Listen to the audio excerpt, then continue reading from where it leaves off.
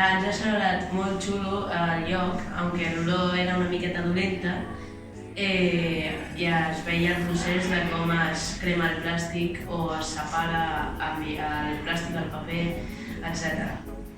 I també hi havia un camp de plaques solars molt gran i dèiem Mare. La realitat virtual m'ha semblat molt xula perquè era molt realista.